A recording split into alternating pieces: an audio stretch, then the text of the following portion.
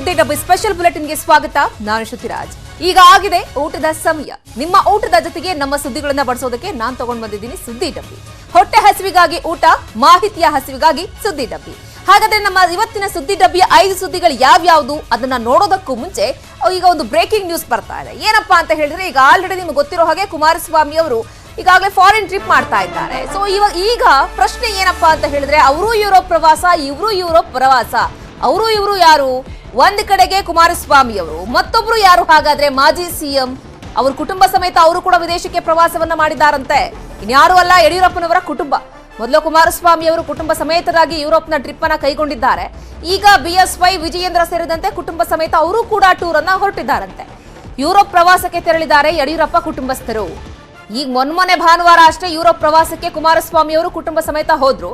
H D. Kumaraswamy Europe ಪ್ರವಾಸಕ್ಕೆ ತೆರಳುತ್ತಿದ್ದ ಹಾಗೆ ಸರ್ಕಾರ ಬೀಳಿಸುವ ಬಗ್ಗೆ ವಿದೇಶದಲ್ಲಿ ಪ್ಲಾನಿಂಗ್ ಆಗ್ತಾ ಇರಬಹುದು. ಏನೇನಾಗುತ್ತೋ ಮಾಡ್ಲಿ, ನಾವು ಅದನ್ನ ನೋಡ್ತೀವಿ, ನಮಗೂ ಇನ್ಫಾರ್ಮೇಶನ್ ಬಂದಿದೆ ಅಂತ DCM DK ಶಿವಕುಮಾರ್ ಅವರು ಹೇಳಿಕೆಯನ್ನ ಕೊಡ್ತಾ ಇದ್ರು. ಈ ಮಾತಿಗೆ ಪುಷ್ಟಿ ಕೊಡುವಂತೆ ಯಡಿಯೂರಪ್ಪನವರು ಕೂಡ ತಮ್ಮ ಪುತ್ರ ವಿಜಯೇಂದ್ರ ಅವರ ಜೊತೆಗೆ ಕುಟುಂಬ ಸಮೇತ ಯುರೋಪ್ ಪ್ರವಾಸಕ್ಕೆ ತೆರಳಿದ್ದಾರೆ. ಅಂದ್ರೆ ಒಟ್ಟೊಟ್ಟು ಇಬ್ಬಿಬ್ರು ಮಾಜಿ ಸಿಎಂಗಳು ತಮ್ಮ ಕುಟುಂಬದ ಸಮೇತ ಯುರೋಪ್ ಪ್ರವಾಸವನ್ನ ಮಾಡ್ತಿದ್ದಾರೆ. ಸೊ ಅದು ರಾಜಕೀಯದ ವಿಚಾರವಾಗಿ ಹೋಗ್ತಾ ಇದ್ದಾರಾ ಅಥವಾ ಪರ್ಸನಲ್ ಆಗಿ ಅವರು ಯುರೋಪ್ ಪ್ರವಾಸವನ್ನ ಮಾಡ್ತಿದ್ದಾರಾ? ಸೊ ಯುರೋಪ್ ಪ್ರವಾಸವನ್ನ ಎರಡೂ ಕುಟುಂಬಸ್ಥರು ಕೂಡ ಯುರೋಪ್ಗೆ ಪ್ರವಾಸವನ್ನ ಹಾಕೊಂಡಿರೋದು ಕೂಡ ಇಲ್ಲಿ ಸಾಕಷ್ಟು ರೀತಿಯಾದಂತಹ ಚರ್ಚೆಗಳಿಗೆ ಗ್ರಾಸ ಆಗ್ತಾ ಇದೆ. ಬನ್ನಿ ಬಗ್ಗೆ ಮತ್ತಷ್ಟು ಮಾಹಿತಿಯನ್ನು ಕೊಡ್ತಾರೆ ನಿಮ್ಮ ಪ್ರತಿನಿಧಿ ಕೃಷ್ಣ. ಈಗ ಆಲ್ರೆಡಿ ಒಂದ್ ಕಡೆಗೆ ಕುಮಾರಸ್ವಾಮಿ ಅವರು ಯುರೋಪ್ನ ಪ್ರವಾಸವನ್ನ ಮಾಡ್ತಿರೋದು ಗೊತ್ತಿರೋ ವಿಚಾರ. ಒಂದ್ ಕಡೆ DK ಶಿವಕುಮಾರ್ ಅವರು ಹೇಳ್ತಾರೆ ಫಾರಿನ್ ನಲ್ಲಿ ಕುತ್ಕೊಂಡು ಪ್ಲಾನ್ ಮಾಡ್ತಾ ಇದ್ದಾರೆ ಅಂತ ಹೇಳಿ. ಸೊ ಅದಕ್ಕೆ ಪುಷ್ಟಿ ಕೊಡುವಂತೆ ಯಡಿಯೂರಪ್ಪನವರು ಕೂಡ ಮಗನ ಸಮೇತ ಹೋಗ್ತಿದ್ದಾರೆ ಅವರು ಕೂಡ ಯುರೋಪ್ಗೆ. ಏನಿದು ರಾಜಕೀಯವಾಗಿ ಇವರೆಲ್ಲರೂ ಕೂಡ ಮೀಟಿಂಗ್ ಅನ್ನ ಫಾರಿನ್ ನಲ್ಲಿ ಮಾಡ್ತಾ ಇದ್ದಾರಾ ಅಥವಾ ವೈಯಕ್ತಿಕವಾಗಿ ಹೋಗಿರುವಂತಹ ಟ್ರಿಪ್? ಸೊ ಏನ್ ಮಾಹಿತಿಗಳಿದೆ? ಶ್ರುತಿ, ರಾಜಕೀಯದಲ್ಲಿ ಏನ್ ಬೇಕಾದ್ರೂ ಆಗ್ಬೋದು, ಆ ರೀತಿಯಾದಂತಹ ಸನ್ನಿವೇಶ ಈಗ ರಾಜ್ಯದಲ್ಲಿ ಬರ್ಬೋದು. ಒಂದು ವಾತಾವರಣ ಒಂದಷ್ಟು ಚರ್ಚೆ ಆಗ್ತಾ ಇದೆ. ಯಾಕಂದ್ರೆ ನೀವ್ ಹೇಳ್ದಂಗೆ ಸಹಜವಾಗಿನೇ ಸಾಕಷ್ಟು ಕುತೂಹಲ ಇರುತ್ತೆ. ಒಂದ್ ಕಡೆಗೆ ಮಾಜಿ ಮುಖ್ಯಮಂತ್ರಿಗಳಾಗಿರ್ತಕ್ಕಂಥ ಎಚ್.ಡಿ. ಕುಮಾರಸ್ವಾಮಿ ಅವರು ಕೂಡ ವಿದೇಶಿ ಪ್ರವಾಸವನ್ನ ಕೈಗೊಂಡಿದ್ದಾರೆ. ಅವರು ಯುರೋಪ್ ಪ್ರವಾಸವನ್ನು ಕೂಡ ಈಗಾಗಲೇ ಕೈಗೊಂಡಿರುವಂತದ್ದು. ಈಗ ಮಾಜಿ ಮುಖ್ಯಮಂತ್ರಿಗಳಾಗಿರ್ತಕ್ಕಂಥ BS ಯಡಿಯೂರಪ್ಪನವರು ಕೂಡ ಯುರೋಪ್ ಪ್ರವಾಸವನ್ನ ಕೈಗೊಂಡಿದ್ದಾರೆ. ಅಂದ್ರೆ ತಮ್ಮ ಕುಟುಂಬ ಸಮೇತರವಾಗಿ, ಅಂದ್ರೆ BY ವಿಜೇಂದ್ರ ಅವರು ಕೂಡ ಜೊತೆಗಿದ್ದಾರೆ. ಮತ್ತೆ ಕುಟುಂಬ ಸಮೇತರಾಗಿ ಯಡಿಯೂರಪ್ಪ ಅವರ ಕುಟುಂಬ ಕೂಡ ಈಗಾಗಲೇ ಯುರೋಪ್ ಪ್ರವಾಸವನ್ನು ಕೈಗೊಂಡಿರೋದು. ನಿನ್ನೆ ರಾತ್ರಿ ಅವರು ಯುರೋಪ್ಗೆ ತೆರಳಿದ್ದಾರೆ. ಆದ್ರೆ ಈ ಒಂದು ಪ್ರವಾಸದ ಬಗ್ಗೆ ಯಾರಿಗೂ ಕೂಡ ಗೊತ್ತಿರಲಿಲ್ಲ. ಅದು ವೈಯಕ್ತಿಕವಾಗಿ ಅನ್ನೋದ್ರ ಬಗ್ಗೆ ಕೂಡ ಈಗ ಅವರ ಕುಟುಂಬದಿಂದ ಮೂಲಗಳಿಂದ ಕೇಳಿ ಬರ್ತಾ ಇದ್ರು ಕೂಡ ಈಗ ರಾಜ್ಯ ಮಟ್ಟದಲ್ಲೇ ಒಂದಷ್ಟು ಚರ್ಚೆ ಆಗ್ತಾ ಇದೆ. ಒಂದ್ ಕಡೆಗೆ ಉಪಮುಖ್ಯಮಂತ್ರಿಗಳಾಗಿರ್ತಕ್ಕಂಥ DK ಶಿವಕುಮಾರ್ ಅವರು ಕೂಡ ಒಂದು ಬಾಂಬನ್ನ ತಿಳಿಸಿದ್ದಾರೆ. ಸಿಂಗಾಪುರದಲ್ಲಿ ಕೂತ್ಕೊಂಡು ಒಂದ್ ರೀತಿ ಸರ್ಕಾರವನ್ನ ಸ್ಥಿರಗೊಳಿಸುವಂತ ಒಂದು ಕೆಲಸವನ್ನ ಮಾಡ್ಲಾಗ್ತಾ ಇದೆ ಅನ್ನೋದು ಆಪಾದನೆಯನ್ನು ಕೂಡ ಮಾಡ್ತಾ ಇದ್ದಾರೆ. ಹೀಗಾಗಿ ಈಗಾಗಲೇ ಯುರೋಪ್ ಪ್ರವಾಸವನ್ನ, ಅಂದ್ರೆ ಮಾಜಿ ಮುಖ್ಯಮಂತ್ರಿಗಳು ಇಬ್ರು ಕೂಡ ವಿದೇಶ ಪ್ರವಾಸವನ್ನ ಕೈಗೊಂಡಿರುವಂತದ್ದು ಸಹಜವಾಗಿನೇ ಒಂದಷ್ಟು ಕುತೂಹಲಕಾರಿಯಾದಂತಹ ಬೆಳವಣಿಗೆಗೆ ಏನಾದರೂ ವೇದಿಕೆ ಆಗುತ್ತೆ, ಸಾಕ್ಷಿ ಆಗುತ್ತೆ ಅನ್ನೋದು ಚರ್ಚೆ ಈಗ ರಾಜ್ಯ ರಾಜಕೀಯದಲ್ಲಿ ಚರ್ಚೆ ಶುರುವಾಗಿರುವಂತದ್ದು. ಹೀಗಾಗಿ ಎಚ್.ಡಿ. ಕುಮಾರಸ್ವಾಮಿ ಅವರು ಕೂಡ ಈಗಾಗಲೇ ವಿದೇಶ ಪ್ರವಾಸವನ್ನ ಕೈಗೊಂಡಿದ್ದಾರೆ. ಅಲ್ಲಿ ಏನಾದ್ರು ಕುಮಾರಸ್ವಾಮಿ ಮತ್ತೆ ಮಾಜಿ ಮುಖ್ಯಮಂತ್ರಿಗಳಾಗಿರ್ತಕ್ಕಂಥ BS ಯಡಿಯೂರಪ್ಪನವರು ಏನಾದ್ರು ಭೇಟಿ ಮಾಡಿ ಅಥವಾ ಏನಾದ್ರು ಅಂದ್ರೆ ಪ್ರವಾಸದ ಸಂದರ್ಭದಲ್ಲೇ ಅವರಿಬ್ರು ಭೇಟಿ ಮಾಡಿ ಏನಾದ್ರು ಬಗ್ಗೆ ಮಾತುಕತೆ ನಡೆಸ್ತಾರ ಅಥವಾ ಬೇರೆ ವಿಚಾರವಾಗಿ ಚರ್ಚೆ ಮಾಡ್ತಾರೆ ಅನ್ನೋದು ಈಗ ಚರ್ಚೆಗೆ ಗ್ರಾಸವಾಗಿರುವಂತದ್ದು. ಓಕೆ ಕೃಷ್ಣ, ಥ್ಯಾಂಕ್ ಯು ತುಂಬಾ ಲೈಕ್ ಕಂಪ್ಲೀಟ್ ಅಪ್ಡೇಟ್ಸ್ಗೆ. ಓಕೆ, ಹಾಗಾದ್ರೆ ನಮ್ಮ ಸುದ್ದಿ ಡಬ್ಬಿಯ 5 ಸುದ್ದಿಗಳಲ್ಲಿ ಮೊದಲನೇ ಸುದ್ದಿ ಡಬ್ಬಿಯಲ್ಲಿ ಏನಿದೆ ಹಾಗಾದ್ರೆ ಅದನ್ನ ನೋಡ್ತಾ ಹೋಗ್ಬಿಡೋಣ. ಪ್ರಮುಖವಾಗಿ ಈಗ ರಾಜ್ಯಾದ್ಯಂತ ಚರ್ಚೆಯಾಗ್ತಾ ಇರುವಂತಹ ವಿಚಾರ ಏನಪ್ಪಾ ಅಂತ ಹೇಳಿದ್ರೆ, ಉಡುಪಿಯ ಕಾಲೇಜಿನ ಟಾಯ್ಲೆಟ್ ನಲ್ಲಿ ಮಾಡಿರುವಂತಹ ವಿಡಿಯೋ ರೆಕಾರ್ಡ್ ವಿಚಾರಕ್ಕೆ ಸಂಬಂಧಪಟ್ಟ ಹಾಗೆ ಪ್ಯಾರಾಮೆಡಿಕಲ್ ಕಾಲೇಜಿನಲ್ಲಿ ರಾಷ್ಟ್ರೀಯ ಮಹಿಳಾ ಆಯೋಗ ಕೂಡ ತನಿಖೆಯನ್ನು ನಡೆಸ್ತಾ ಇದೆ. ಒಂದು ಕಡೆಗೆ ಆ ಉಡುಪಿಯ ವಿಡಿಯೋ ರಹಸ್ಯ ಬಯಲಿಗೆ ಬರುತ್ತಾ ಅನ್ನೋದೊಂದು ಪ್ರಶ್ನೆಗಳು ಕೂಡ ಹುಟ್ಕೊಳ್ತಾ ಇದೆ. ಕಾರಣ ಏನಪ್ಪಾ ಅಂತ ಹೇಳಿದ್ರೆ, ಈ ಪ್ರಕರಣದಲ್ಲಿ ಒಬ್ಬೊಬ್ಬರು ಒಂದೊಂದು ರೀತಿ ಹೇಳಿಕೆಗಳನ್ನ ಕೊಡ್ತಾ ಇರೋದು. ಒಂದ್ ಕಡೆಗೆ ಉಡುಪಿ ಕಾಲೇಜಿನ ಟಾಯ್ಲೆಟ್ ನಲ್ಲಿ ವಿಡಿಯೋ ರೆಕಾರ್ಡ್ ಆಗಿದೆ ಅನ್ನೋದು ಒಂದು ವಿಚಾರ ಆಯ್ತು ಅಂತ ಹೇಳಿದ್ರೆ, ಸೊ ಆ ನಿಟ್ಟಿನಲ್ಲಿ ರಾಷ್ಟ್ರೀಯ ಮಹಿಳಾ ಆಯೋಗ ಕೂಡ ಈಗಾಗಲೇ ಖುಷ್ಬು ಅವರು ಕೂಡ ಬಂದ ಎನ್ಕ್ವೈರಿಯನ್ನ ನಡೆಸ್ತಾ ಇದ್ದಾರೆ. ಆಡಳಿತ ಮಂಡಳಿ ಹಾಗೆ ಸಂತ್ರಸ್ತೆಯ ವಿದ್ಯಾರ್ಥಿನಿಯರ ಜೊತೆಯಲ್ಲಿ ಖುಷ್ಬು ಅವರು ಮಾತುಕತೆಯನ್ನ ನಡೆಸಿದ್ದಾರೆ. 2 ಗಂಟೆಗಳಿಂದಲೂ ಕೂಡ ಹೆಚ್ಚು ಕಾಲ ವಿಚಾರಣೆಯನ್ನ ನಡೆಸ್ತಾ ಇದ್ದಾರೆ ಖುಷ್ಬು ಅನ್ನೋ ಮಾಹಿತಿಗಳು ಲಭ್ಯ ಆಗ್ತಾ ಇದೆ. ಆರೋಪಿತ ವಿದ್ಯಾರ್ಥಿನಿಯರ ಹಿನ್ನೆಲೆ ಏನು ಅನ್ನೋದನ್ನ ಖುಷ್ಬು ಅವರು ತಿಳಿತಾ ಇದ್ದಾರಂತೆ. ಒಂದ್ ಕಡೆಗೆ ಅವರೇ ಹೇಳೋ ಪ್ರಕಾರ ವಿಡಿಯೋ ಕೂಡ ಇಲ್ಲ ಅಂತ ಹೇಳ್ತಾರೆ. ಆ ವಿಡಿಯೋವನ್ನ ಮಾಡಿದ್ದಾರೆ ಅನ್ನೋದಕ್ಕೆ ಅದನ್ನ ಯಾರು ಕೂಡ ನೋಡಿಲ್ಲ ಅನ್ನೋ ಒಂದು ವಿಚಾರವನ್ನ ಕೂಡ ಖುಷ್ಬು ಅವರು ಹೇಳೋದ್ರಿಂದ ಇದರಲ್ಲಿ ಸಾಕಷ್ಟು ರೀತಿಯಾದಂತಹ ಕನ್ಫ್ಯೂಷನ್ಗಳು ಕೂಡ ಕ್ರಿಯೇಟ್ ಆಗ್ತಾ ಇದೆ. ನೋಡಿ, ಉಡುಪಿಯ ಪ್ಯಾರಾಮೆಡಿಕಲ್ ಕಾಲೇಜಿನಲ್ಲಿ ನಡೆದಿದೆ ಘಟನೆ ಅಂತ ಹೇಳಲಾಗ್ತಾ ಇದೆಯಲ್ಲ. ಸೊ ಇದು ರಾಜ್ಯದಲ್ಲಿ ಮಾತ್ರ ಅಲ್ಲ, ದೇಶಾದ್ಯಂತ ಚರ್ಚೆಯಾದಂತಹ ವಿಚಾರ. ಆ ಹಿನ್ನೆಲೆಯಲ್ಲೇ ಈಗಾಗಲೇ ಖುಷ್ಬು ಅವರು ಕೂಡ ಬಂದು ಎನ್ಕ್ವೈರಿಯನ್ನ ಮಾಡ್ತಿದ್ದಾರೆ. ಮತ್ತೊಂದು ಕಡೆಗೆ ಪೊಲೀಸರು ಕೂಡ ಎನ್ಕ್ವೈರಿಯನ್ನ ಶುರು ಮಾಡಿದ್ದಾರೆ. ಖುಷ್ಬು ಅವರು ನ್ಯೂಸ್ 18 ಜೊತೆಗೂ ಕೂಡ ಮಾತನಾಡುವಂತಹ ಸಂದರ್ಭದಲ್ಲಿ ಅವರು ಹೇಳ್ತಾ ಇದ್ರು, ಸೊ ವಿಡಿಯೋ ಇಲ್ಲ ಅಂತ ಹೇಳ್ತಾ ಇದ್ದಾರೆ, ಆ ವಿಡಿಯೋ ನಮ್ಗೆ ಯಾರು ಕೂಡ ನೋಡಿಲ್ಲ ಅಂತ ಹೇಳಿ ವಿದ್ಯಾರ್ಥಿನಿಯರು ಹೇಳ್ತಿದ್ದಾರೆ ಅಂತ ಹೇಳಿ. ಸೊ ಸೊ ಇಲ್ಲಿ ಈಗಾಗಲೇ 3 ವಿದ್ಯಾರ್ಥಿನಿಯರ ವಿರುದ್ಧ ಕೂಡ ಎಫ್ಐಆರ್ ದಾಖಲಾಗಿದೆ ಒಂದ್ ಕಡೆಗೆ, ಮತ್ತೊಂದು ಕಡೆಗೆ ಆಡಳಿತ ಮಂಡಳಿಯ ವಿರುದ್ಧ ಕೂಡ ಎಫ್ಐಆರ್ ದಾಖಲಾಗಿದೆ. ನೋಡೋಣ. Police investigation is going on. We spoke to the police yesterday. Today we are going to the college. We are going to meet the students. We are going to meet the college admin and find out as to what exactly happened, what the issue is, and only then we'll be able to take the case forward. We see there's no evidence as yet. We don't have any evidence. There's no video. Nobody has seen the video. The college hasn't seen the video. The students haven't seen the video. The police hasn't seen the video. So where is the evidence? Evidence ಬೇಕಲ್ಲ. ನಮಗೆ investigation ಮಾಡಬೇಕಂದ್ರೆ evidence ಬೇಕು. ನಮಗೆ evidence ಇಲ್ಲ. So what are we going to investigate? So we need to go and speak to them and find out that how do we take it forward. If I have to tell everything to you, then what happens to my investigation? Okay. So leave something to us to work in our way we want to do. See, police needs some evidence to file a report. Nobody has come forward to file a report. Nobody has filed a report, neither from the college, neither from the students. Okay. So how will police take a charge, or how will police file a complaint? We need somebody to file FIR, right? So nothing is done. Even for NCW, we just received a mail. Only one complaint has come, and that is what we have taken into cognizance and we have come. So we are speaking to the police. So if people say that there's a delay, I think they need to educate themselves as to what laws are about. It's very easy to sit in your place and comment with one phone in your hand because it's at your fingertip. You can talk as you want. So I think they just need to educate themselves. There are certain laws and orders of our country and we need to follow them. And we cannot take up a case unless we have a complaint to it. No, not at all. I'm here because as NCW member, not as a political person, and I don't think I need to respond to any of the political allegations or whatever they're talking about, because my position now as NCW does not allow me to talk politically. When I come as a BJP leader, then I'll give an answer as a political person. But ಇನ್ನು Udupi paramedical ಕಾಲೇಜಿನ ಶೌಚಾಲಯದಲ್ಲಿ video ಮಾಡಿದ ಸಂಬಂಧಕ್ಕೆ ಪಟ್ಟಂತೆ ABVP ಕೂಡ ಪ್ರತಿಭಟನೆ ನಡೆಸಿತು. ಉಡುಪಿ ನಗರದ ಹುತಾತ್ಮರ ಸ್ಮಾರಕದ ಬಳಿ ವಿದ್ಯಾರ್ಥಿಗಳು ಪ್ರತಿಭಟನೆ ನಡೆಸಿದರು. ಸಂತ್ರಸ್ತ ವಿದ್ಯಾರ್ಥಿನಿಗೆ ನ್ಯಾಯ ಒದಗಿಸಬೇಕು ಅಂತ ಹೇಳಿ ಮನವಿ ಮಾಡಿದರು. ಪ್ರತಿಭಟನಾ ಸ್ಥಳಕ್ಕೆ ಬಂದ ಶಾಸಕ ಯಶ್ಪಾಲ್ ಸುವರ್ಣ ವಿರುದ್ಧ ಎಬಿವಿಪಿ ಗುಡುಕ್ತು ಯಶ್ಪಾಲ್ ಸುವರ್ಣ ಅವರನ್ನ ತಳ್ಳಾಡಿ ನೂಕಾಡಿದ್ದಾರೆ. ಇನ್ನು ಇದೊಂದು ಚಿಕ್ಕ ಘಟನೆಯಷ್ಟೇ ಅಂತ ಹೇಳಿದ್ದಂತಹ ಗೃಹ ಸಚಿವ ಡಾಕ್ಟರ್ ಜಿ ಪರಮೇಶ್ವರ್ ವಿರುದ್ಧ ಕೂಡ BJP ಕಿಡಿಕಾರಿದೆ. BJP Yuva Morcha doctor G Parameshwar ಅವರ ಮನೆಗೆ ಮುತ್ತಿಗೆ ಹಾಕಿ ಪ್ರತಿಭಟನೆ ನಡೆಸಿತು. ಪರಮೇಶ್ವರ್ ಮನೆಗೆ ನುಗ್ಗೋದಕ್ಕೆ ಯತ್ನಿಸಿದಂತಹ ಕಾರ್ಯಕರ್ತರನ್ನ ಪೊಲೀಸರು ವಶಕ್ಕೆ ಪಡೆದು ಠಾಣೆಗೆ ಕರೆದೊಯ್ದರು.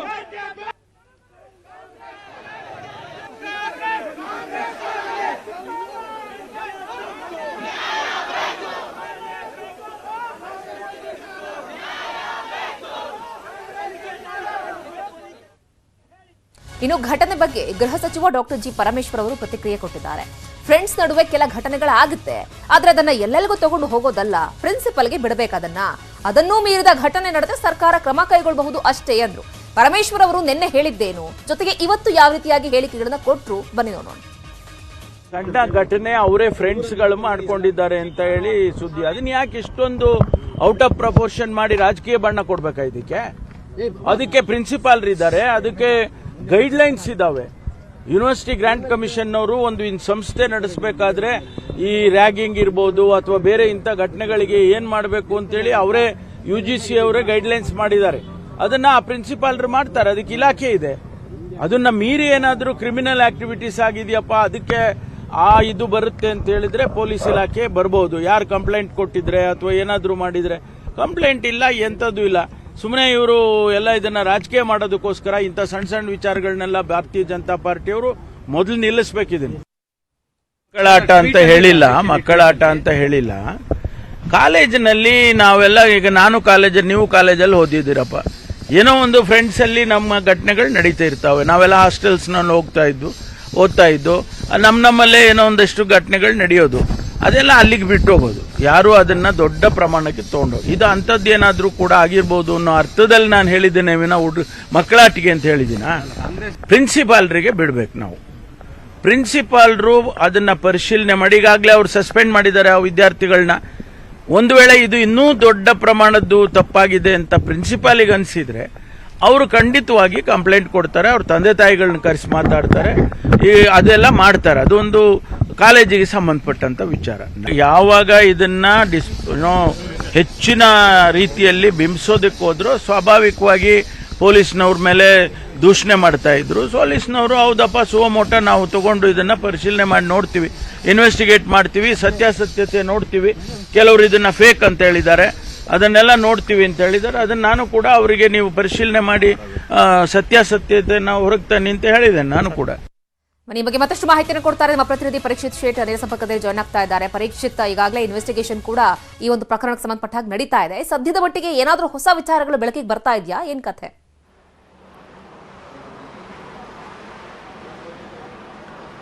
ಶ್ರುತಿ, ಸದ್ಯಕ್ಕೆ ರಾಷ್ಟ್ರೀಯ ಮಹಿಳಾ ಆಯೋಗ ನಿರಂತರವಾಗಿ ವಿಚಾರಣೆ ಮಾಡ್ತಾನೆ ಇದೆ. ಖುಷ್ಬು ಸುಂದರ್ ಅವರು ಮತ್ತು ಅವರ ತಂಡ ಏನಿದೆ ಕಾಲೇಜಿನ ಆಡಳಿತ ಮಂಡಳಿ ಕಚೇರಿಯಲ್ಲಿ ವಿಚಾರಣೆಯನ್ನು ಮುಂದುವರಿಸ್ತಾನೆ ಇದ್ದಾರೆ. ಸುಮಾರು 2 ಗಂಟೆ ಆಗ್ತಾ ಬಂತು, ಇನ್ನೂ ಕೂಡ ವಿಚಾರಣೆ ಹಂತದಲ್ಲಿರುವಂಥದ್ದು.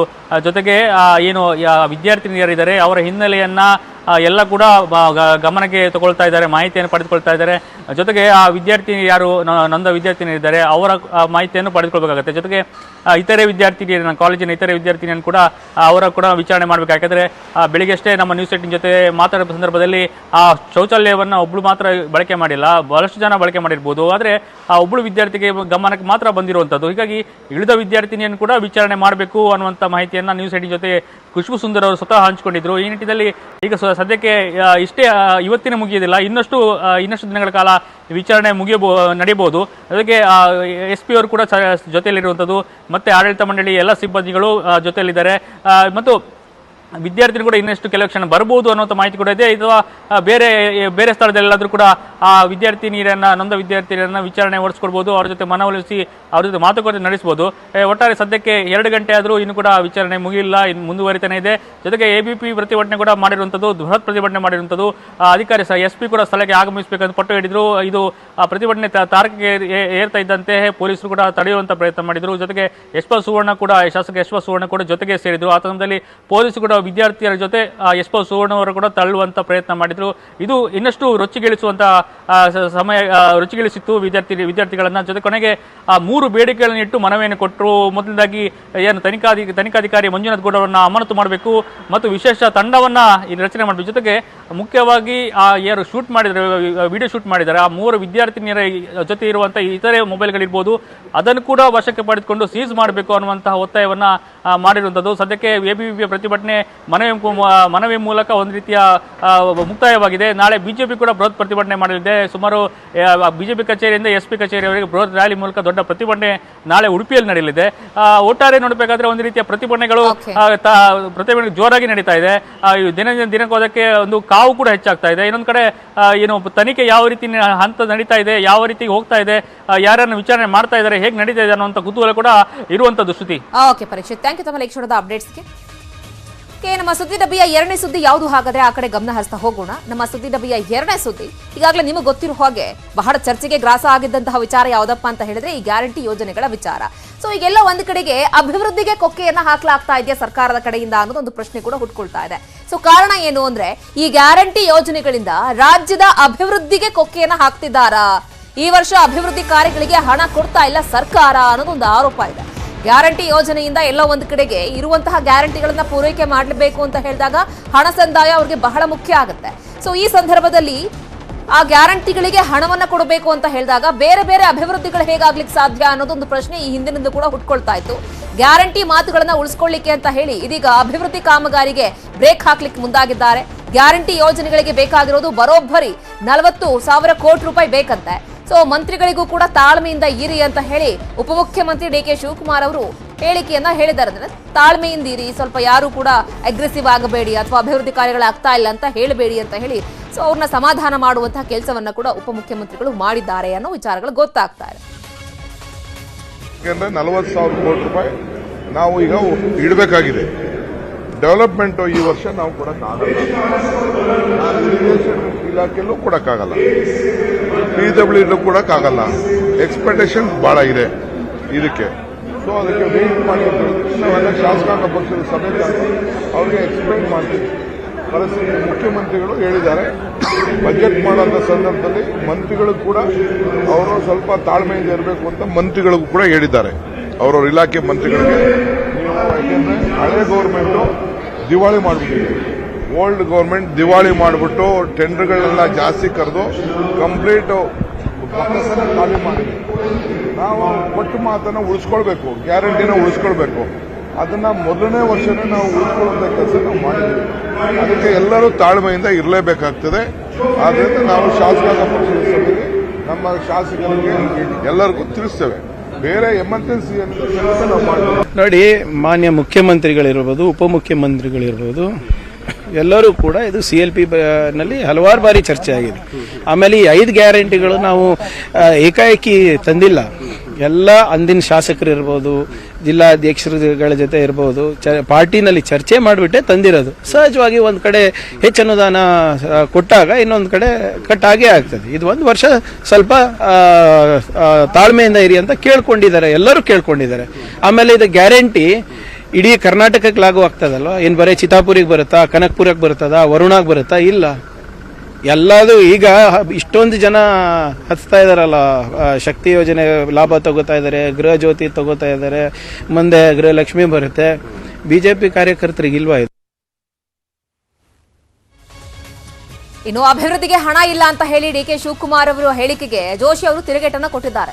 ಕರ್ನಾಟಕದ ಅಭಿವೃದ್ಧಿ ಇಲ್ಲ ಅಂತ ಹೇಳಿ ಪ್ರಹ್ಲಾದ್ ಜೋಶಿ ಅವರು ಟ್ವೀಟ್ ಮಾಡೋದ್ರ ಮುಖಾಂತರ ರಾಜ್ಯ ಸರ್ಕಾರಕ್ಕೆ ಕಾಲೆಳೆಯುವಂತಹ ಕೆಲಸ ಮಾಡಿದ್ದಾರೆ.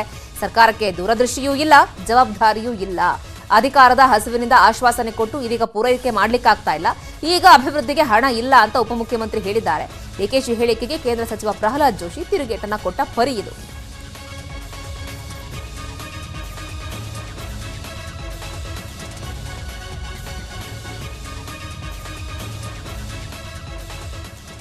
ಇನ್ನು ಅಭಿವೃದ್ಧಿ ಕಾರ್ಯಕ್ರಮಗಳಿಗೆ ಹಣ ನೀಡದೇ ಇರೋ ನಿರ್ಧಾರವನ್ನ ಪ್ರಿಯಾಂಕ್ ಖರ್ಗೆ ಅವರು ಸಮರ್ಥಿಸಿಕೊಂಡ್ರು. ಹಾಗೆ ಬಿಜೆಪಿಯ ಶಾಸಕ ಅಶ್ವಥ್ ನಾರಾಯಣ್ ಅವರು ಅದನ್ನು ವಿರೋಧ ಮಾಡಿದ್ದಾರೆ.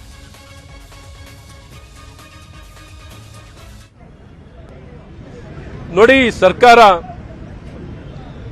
ಈ ವರ್ಷ ಹೆಚ್ಚು ಅಂದ್ರೆ ಒಂದು 20,000 ಕೋಟಿ ಖರ್ಚಾದ್ರೆ ಹೆಚ್ಚು.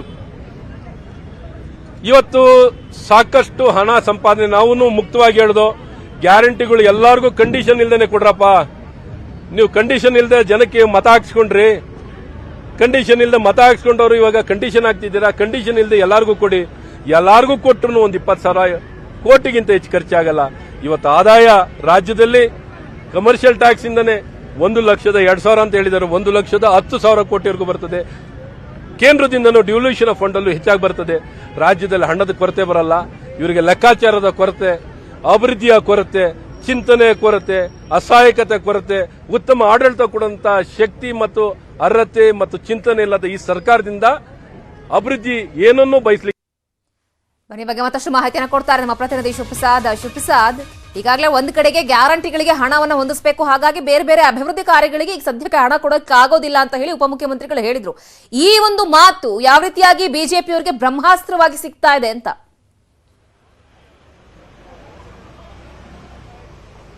ನಿನ್ನೆ DCM DK ಶಿವಕುಮಾರ್ ಅವರು ನ್ಯೂಸ್ 18 ಒಂದು ಪ್ರಶ್ನೆಯನ್ನ ಅವ್ರ ಮುಂದೆ ಇಡುತ್ತೆ. ಲೆಟರ್ ಸಂಬಂಧಪಟ್ಟಂಗೆ, ಶಾಸಕರು ಬರೆದಿರುವಂತಹ ಲೆಟರ್ಗೆ ಸಂಬಂಧಪಟ್ಟಂಗೆ ಅವರು ಒಂದು ಸ್ಪಷ್ಟೀಕರಣವನ್ನ ಕೊಡ್ತಾರೆ. ಲೆಟರ್ ಇದು ಫೇಕ್. ಶಾಸಕರು CM ಪತ್ರವನ್ನ ಬರೆದಿದ್ದಾರೆ, CLP ಮೀಟಿಂಗ್ ಅನ್ನ ಕರೀರಿ ಅಂತ ಬರೆದಿದ್ದಾರೆ. ಆದ್ರೆ ಇದನ್ನ ಬಿಜೆಪಿಯವರು ಇದನ್ನ ಸೋಷಿಯಲ್ ಮೀಡಿಯಾದಲ್ಲಿ ಫೇಕ್ ಮಾಡಿ ಹರಿಬಿಟ್ಟಿದ್ದಾರೆ ಅನ್ನುವಂತ ಸ್ಪಷ್ಟೀಕರಣ ಕೊಡುವಂತಹ ಸಂದರ್ಭದಲ್ಲಿ ಒಂದು ಮಾತನ್ನ ಹೇಳ್ತಾರೆ.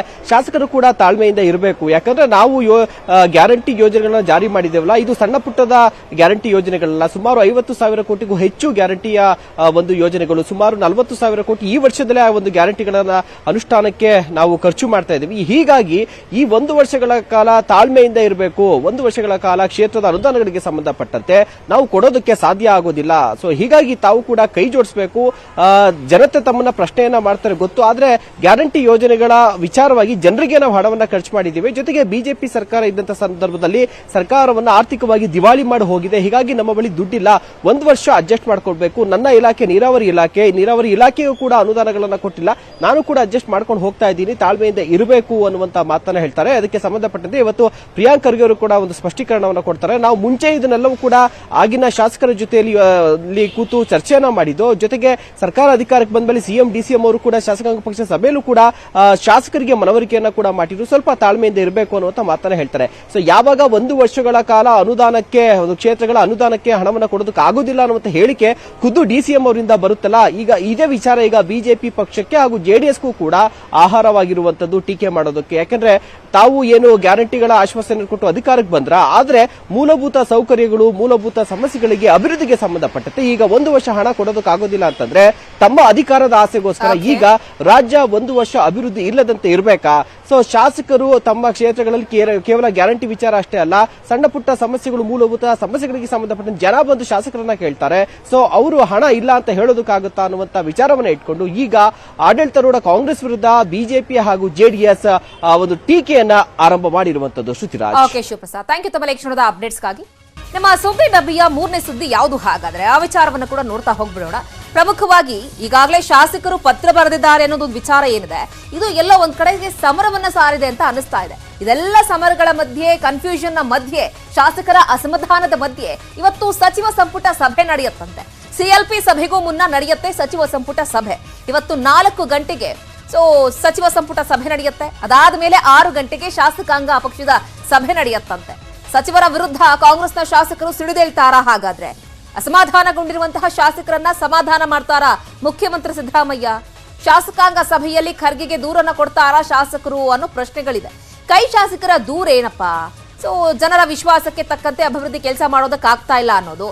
ಮತ್ತೊಂದ್ ಕಡೆಗೆ ಅನುದಾನ ನೀಡುವಂತೆ ಮನವಿ ಮಾಡಿದ್ರು ಕೂಡ ಸ್ಪಂದನೆ ಸಿಗ್ತಾ ಇಲ್ಲ.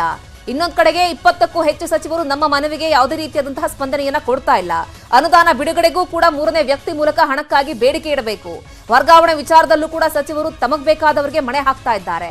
ನಮ್ಮ ವರ್ಗಾವಣೆ ಶಿಫಾರಸು ಪತ್ರಗಳಿಗೆ ಸರಿಯಾಗಿ ಮಾನ್ಯತೆಯನ್ನ ಅವ್ರು ಕೊಡ್ತಾ ಇಲ್ಲ. ಸಚಿವರಿಗೆ ಇವತ್ತು ಸಿಎಂ ಪಾಠ ಮಾಡುವಂತಹ ಸಾಧ್ಯತೆಗಳು ಕೂಡ ಇದೆ. ಶಾಸಕರ ಮನವಿಗಳಿಗೆ ಕೂಡಲೇ ಸ್ಪಂದಿಸಬೇಕು ಅಂತ ಹೇಳೋ ಸಾಧ್ಯತೆ ಇದೆ. ಬಹುತೇಕ ಶಿಫಾರಸು ಪತ್ರಗಳನ್ನ ಪರಿಗಣಿಸಬೇಕು, ನೀವು ಸುಮ್ಮನೆ ಮಾಡೋ ಹಂಗಿಲ್ಲ ಅಂತ ಹೇಳಬಹುದು. ಅಸಹಕಾರ ಅನ್ನೋ ಚರ್ಚೆಗೆ ಬರಬಾರದು ಅಂತ ಹೇಳಿ ಸಚಿವರಿಗೆ ಕಿವಿ ಮಾತನ್ನ ಹೇಳೋ ಸಾಧ್ಯತೆ ಇದೆ. ಉಸ್ತುವಾರಿ ಸಚಿವರು ಖುದ್ದು ಜಿಲ್ಲೆಗಳಿಗೆ ಭೇಟಿ ಕೊಡಲೇಬೇಕು ಅಂತ ಹೇಳೋ ಸಾಧ್ಯತೆ ಇದೆ. ಶಾಸಕರು ದೂರು ಕೊಡೋ ಮೊದಲೇ ನೀವೆಲ್ಲರೂ ಕೂಡ ಎಚ್ಚೆತ್ಕೊಳ್ಳಿ ಅಂತ ಹೇಳಿ ಪಾಠ ಮಾಡೋ ಸಾಧ್ಯತೆ ಇದೆ. ನಮ್ಮ ಸುದ್ದಿ ಡಬ್ಬಿಯ 4ನೇ ಸುದ್ದಿ ಯಾವುದು ಹಾಗಾದ್ರೆ? ಸೊ ಇಷ್ಟೊತ್ತವರೆಗೂ ರಾಜಕೀಯ ಸುದ್ದಿಗಳನ್ನ ನೋಡಿದ್ವಿ. ಈಗ ಮಳೆಯ ವಿಚಾರವನ್ನ ಗಮನಿಸ್ಬಿಡೋಣ. ಉತ್ತರ ಭಾರತದಲ್ಲಿ ಮಳೆಯಿಂದ ಯಾವ ಮಟ್ಟಿಗಿದೆ ಅಂತ ಹೇಳಿದ್ರೆ, ವರುಣನ ಆರ್ಭಟದಿಂದ ಸಾಕಷ್ಟು ರೀತಿಯಾದಂತಹ ಹಾನಿಗಳಾಗ್ತಾ ಇದೆ. ಬಾಗಲಕೋಟೆಯಲ್ಲಿ ಜಿಟಿ ಮಳೆಗೆ ಒಂದು ಮಣ್ಣಿನ ಮನೆಯೇ ಕುಸಿದು ಹೋಗ್ಬಿಟ್ಟಿದೆ. ಮಣ್ಣಿನಡಿ ಸಿಲುಕಿ 14 ವರ್ಷದ ಬಾಲಕಿ ಸಾವನ್ನಪ್ಪಿದ್ದಾಳೆ. ಅಶ್ವಿನಿ ಮಠಪತಿ ಗಾಯಗೊಂಡಿದ್ದಾರೆ. ತೇರದಾಳ ಪಟ್ಟಣದ ಹಿರೇಮಠ ಗಲ್ಲಿಯಲ್ಲಿ ಆಗಿರುವಂತಹ ಘಟನೆ. ಈ ಬಾರಿಯ ವರುಣನಾರಾಯಣ ಆರ್ಭಟಕ್ಕೆ ಸಾಕಷ್ಟು ಸಾವು ನೋವುಗಳು ಸಂಭವಿಸ್ತಾ ಇದೆ. ಸಾಕಷ್ಟು ಜನರ ಬದುಕು ಬೀದಿಗೆ ಬರ್ತಾ ಇದೆ. ಇನ್ನು ಬೆಳಗಾವಿಯ ಅಥಣಿಪಟ್ಟದಲ್ಲಿ ಮನೆ ಕುಸಿದು ಯುವಕನೊಬ್ಬ ಸಾವನ್ನಪ್ಪಿದ್ದಾನೆ. 23 ವರ್ಷದ ಕಾಶಿನಾಥ ಮೃತಪಟ್ಟಿರುವಂತಹ ದುರ್ದೈವಿ.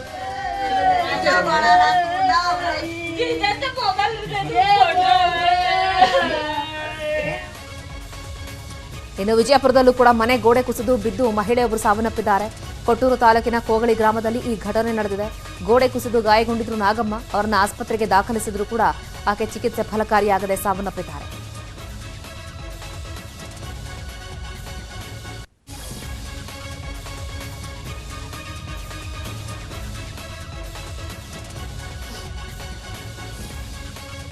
ನೋಡಿ, ಇತ್ತೀಚಿನ ದಿನಗಳಲ್ಲಿ ಮಳೆಯ ಆರ್ಭಟಕ್ಕೆ ಸಾಕಷ್ಟು ರೀತಿಯಾದಂತಹ ಸಾವು ನೋವುಗಳಾಗ್ತಾ ಇದೆ. ಅದರಲ್ಲೂ ಉತ್ತರ ಕರ್ನಾಟಕ ಭಾಗದಲ್ಲಿ ಸಾಕಷ್ಟು ರೀತಿಯಾದಂತಹ ಸಾವುಗಳ ಪ್ರಕರಣಗಳು ಕೂಡ ವರದಿಯಾಗ್ತಾ ಇದೆ.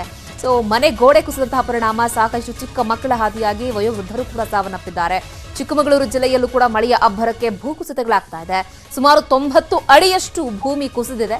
ಕೊಪ್ಪ ತಾಲೂಕಿನ ಹೆರೂರು ಗ್ರಾಮದಲ್ಲಿ ಆಗಿರುವಂತಹ ಘಟನೆ ಇದು. ಸುಮಾರು 7ಕ್ಕೂ ಹೆಚ್ಚು ಗ್ರಾಮಗಳಿಗೆ ಸಂಪರ್ಕ ಕಲ್ಪಿಸುವಂತಹ ಮುಖ್ಯ ರಸ್ತೆ ಈಗ ಕುಸಿದಿರೋದು. ಈ ಶಾಂತಿ ಕೂಡಿಗಿ, ಶುಂಠಿ ಕೂಡಿಗಿ, ಬಿಟ್ಟ ಕೂಡಿಗಿ ಗ್ರಾಮಸ್ಥರಲ್ಲಿ ಇದೀಗ ಆತಂಕ ಕೂಡ ಶುರುವಾಗಿದೆ.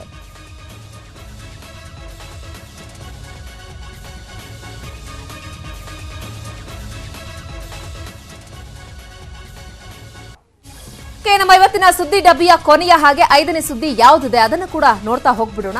ಪ್ರಮುಖವಾಗಿ ಸಂಸತ್ನಲ್ಲಿ ಬಹಳ ದೊಡ್ಡ ಮಟ್ಟದಲ್ಲಿ ಚರ್ಚೆಯಾಗ್ತಾ ಇದ್ದಂತಹ ವಿಚಾರ ಯಾವುದಪ್ಪ ಅಂತ ಹೇಳಿದ್ರೆ ಅದು ಮಣಿಪುರದ ಹಿಂಸಾಚಾರದ ವಿಚಾರ.